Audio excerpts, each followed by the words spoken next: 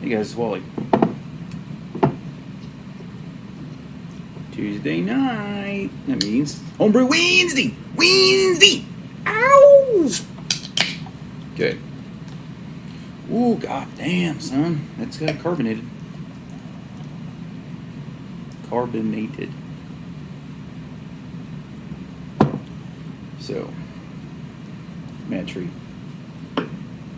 Psychopathy. Carbonated. Pause button. So anyway, mad tree. Psychopathy. Carbonation is on point. Maybe a little more than it needs to be.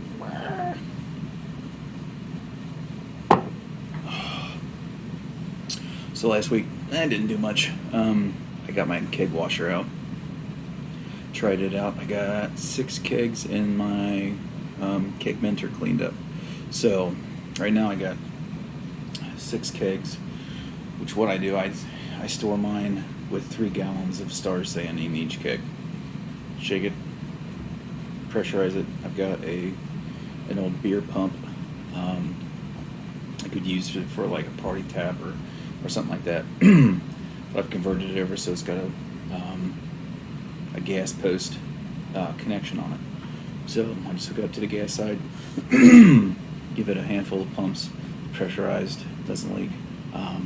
Take foil, soak in Star sand, and put it over top of the post so everything's clean, sanitized, everything's ready to go. So that's how that is now. The keg mentor, I think I've got, I don't know how much liquid I've got in there exactly.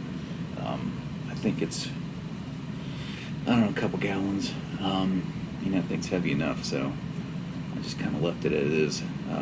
Made some Star sand, and I've got a 4-inch.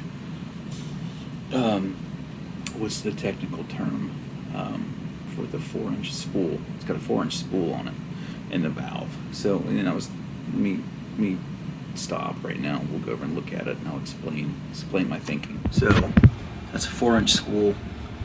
That's the 4-inch butterfly valve. Right now, when this is active fermentation, that spool will be gone. It'll have the T on it, on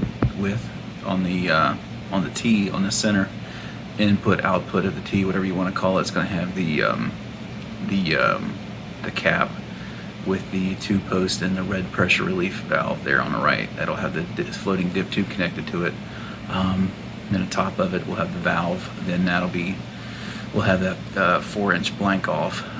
One reason I'll use the 4-inch spool in that piece that's currently sitting on top of the T is when I pressurize to do dry hopping. But as I was looking, you see how much room is in there. There's just a ton of room in there. And I really, once I hold that claptrap's on there, there's not a whole lot of room to get dry hops into the keg mentor. So what I did, I bought a 2-inch spool. I'm going to put on top of that. Maybe I may grab some hops or something and see exactly how many ounces of hops I can get in there, because it looks like it can get, a lot in there. So anyway, that's my thoughts. Right now the valve's closed, everything's sanitized. I soaked the butterfly valve, I soaked everything over there other than the ratchet and the socket, but everything's been soaked, everything's been cleaned. Right now everything's ready to go. So let's stop this and we'll turn you back. So that's my thought. I'm thinking there's such.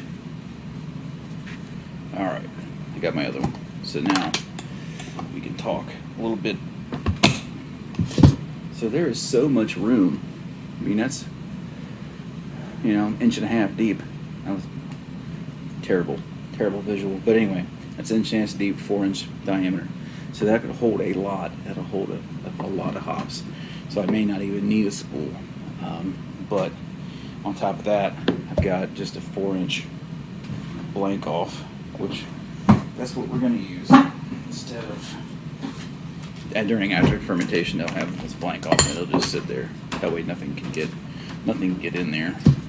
And just in case the valve's leaking, whatever, nothing gets out either. So anyway, that's where I'm at. Interesting enough, today, 5 years ago today, I landed in Minneapolis for HomebrewCon 5 years ago. that's what I meant. Secor, Chris Passion, Tyler Everson, Nate, Pico again, shoot, a whole bunch of people. Chris, used to be Brick and Mortar. I met a whole bunch of those guys. It's a really good time. It's hardly has been 5 years. 5 years now, right? That was a Homebrew Wednesdays. The homebrew community on YouTube that I knew it is no longer. It's just not one of those things. Not a popular thing anymore. Homebrewing's kind of not as popular on YouTube as it once was. Not saying there's not good content out there, because there's good content out there. It's just not the way that we used to present it years ago, back when we started it, back when SJ Poor started everything. It's just the content's a lot different. The way the content's presented a lot differently. I'm old.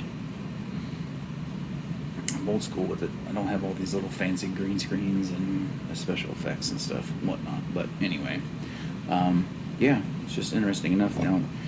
There's a bunch of guys on the Discord that I know they're going to the HomebrewCon in Pittsburgh, sorry. And that's coming up pretty soon. Remember, guys, it is a marathon. It's not a sprint. A lot of beer to consume. You don't have to drink it all in one night.